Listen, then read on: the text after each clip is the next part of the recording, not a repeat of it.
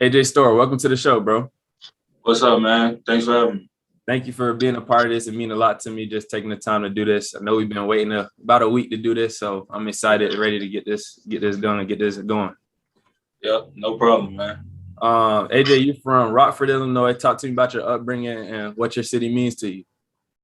Yeah, I'm from Rockford, Illinois, the west side of Rockford, Illinois. I love my city to death. It's not really it's a lot of hoopers out there that got talent, but it's no publicity and stuff. They don't usually got the platform and anything like that. So I'm just blessed to, COVID was a big help for me, even though like it shut the world down and stuff. It was a big help for me because I got a chance to move out to the West Coast and play on a platform that I never got to play on before and get that publicity and the name around it. So I'm blessed and I love my city. Always rapping the 815. Shout out everybody in the 815, all the hoopers in 815. Keep grinding. Don't let nobody tell you can't. For sure. Rockford, that's a city outside of Chicago. I know I seen on the interview before you had to make sure, let them know it's not a suburb. Tell them about Not a suburb. Yeah, it's not a suburb, man. For sure. When did you first pick up basketball?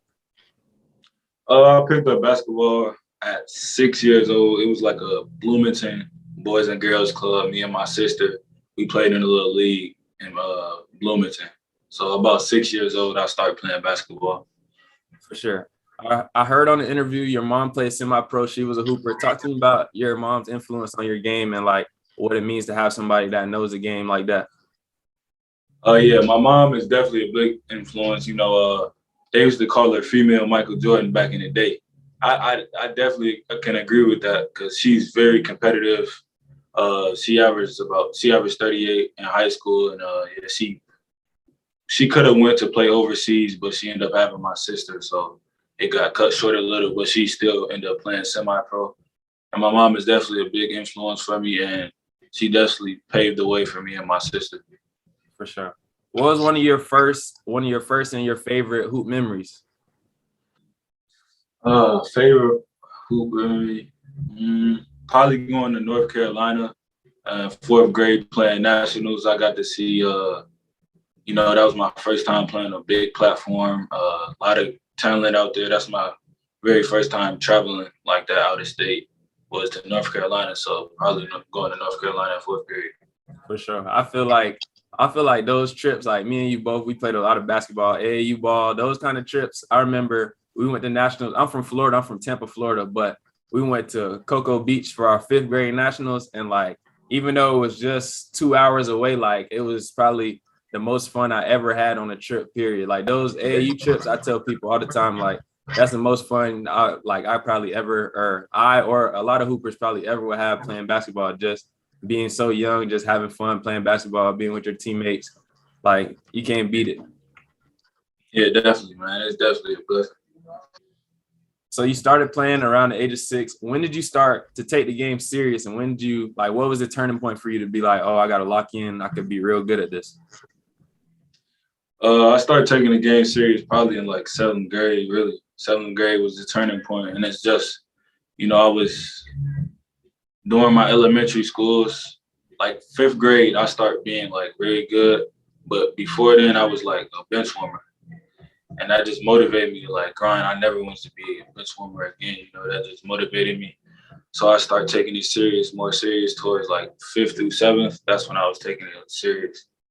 What did that time look like going from not being that good, being a bench warmer, like you said, to just becoming what you are now, a top 50 player in the country, just a real hooper? Like what were those days, what were those nights like back then? It was definitely hard, but it definitely made me who I am today. I don't think without those hard times back then, like not playing, I don't think I'd be the player I am today without those hard times. For sure. I remember I used to play football when I was a jit, and then like I just got into basketball, and I was real good at football just naturally. Like it was easy, and basketball was hard. And I started playing at a rec league like you. Then I started playing AAU, and once I started playing AAU, like it was just way different. I was so terrible compared to like obviously the better competition. I was just like a little football player out there. I couldn't dribble, I couldn't shoot, I couldn't do nothing really. And like, but that just motivated me to work hard. And like, I wanted to put the time in playing basketball versus just being good at football for whatever reason. So I definitely feel that for sure. A lot of long nights, a lot of tears for sure. I definitely see. For sure, a lot of tears for sure. So after that time, 6th, 7th, 8th grade, you started taking the game serious. You went to Kankakee High School. What was it like when you first got to high school, your first 2 years there?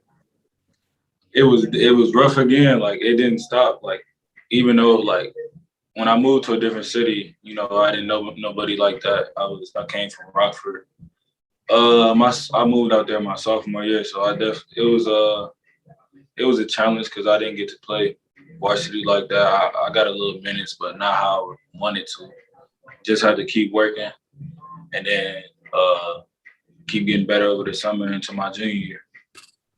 You worked hard going into your junior year, and you were looking for more exposure, more opportunities. You went to Arizona Compass, moved out west. Talk to me about that transition and some of the things that brought to you. The transition was tough. Leaving home, I was 16 when I left. Turned 17 like 3 weeks after. I was 16 when I first left. It was definitely tough leaving my mom because, you know, I grew up with my mom and my sister my whole life. But the transition definitely was a good outcome for me. I don't think I would be this highly ranked if I didn't move to the West Coast. So it was definitely a blessing for me. What I want to know, like, how you just were able to make that decision. Was it more so like your family helping you? Because me and you kind of got similar backgrounds. I think I told you a little bit before we got on the interview. Like, I started school a year early when I was a JIT, and I graduated when I was 17. I was going to do a post-grad year, reclass, the whole nine. I was going to Hargrave Military Academy, but I couldn't, like, at that time when I was that age, I couldn't get my mind around moving all the way to West Virginia, doing the military thing, being far from home, not having no phone, like all the stuff that, you know, like I'm sure you heard about Hargrave before or other postgrads. Yeah, my coach went there. For sure. So like, what was it like? What was the mindset like when you were making that decision, moving out to Arizona? It was either that or stay in Illinois and not playing basketball for like, I don't think they started till, because I was already in my season and it had just started. I was going to either sit in Illinois for 3 months training or go to the West Coast and actually play the games. So it was, I didn't want to set up basketball for that long, to be honest, not playing live games. I love it so much. I want to play live. So I was like, you know, why not go to the West Coast? And plus, it was this border league tournament where I really blew up at coming up. And I didn't want to go at first because I didn't want to leave home, but my mom ended up convincing me going, and it turned out very well. I ended up picking like 10 plus high majors at that tournament on ESPN. So part of it, a lot of it was just you had to. It was COVID that shut the season down, right? Yeah, COVID shut the season down. For sure. So you moved out there to Arizona. You started playing in the border league, like you just said. Talk to me about that whole process. I saw clips of it. I wasn't really tuned in for sure, like for real, but I saw clips, a lot of high level players. Talk to me about what it was like playing against that competition and how you blew onto the scene. Yeah. I started off playing with, during the Border League tournament, I was playing with Bishop Gorman in Las Vegas. And then they ended up canceling the season in Las Vegas again. So I moved to Arizona Compass. And let me just throw that in there. But playing with Bishop Gorman and the Border League tournament, it was good. It was a great experience. The crazy thing is the first 2 games I had tough games. I think I scored it pretty well, but not how I usually do. I had bad shooting nights. But then the game we played on ESPN, I ended up playing very well, which is crazy. I didn't even know I was in. It's crazy how I blew up. Like those shots I was shooting fell off, but they just was going in. I don't know how.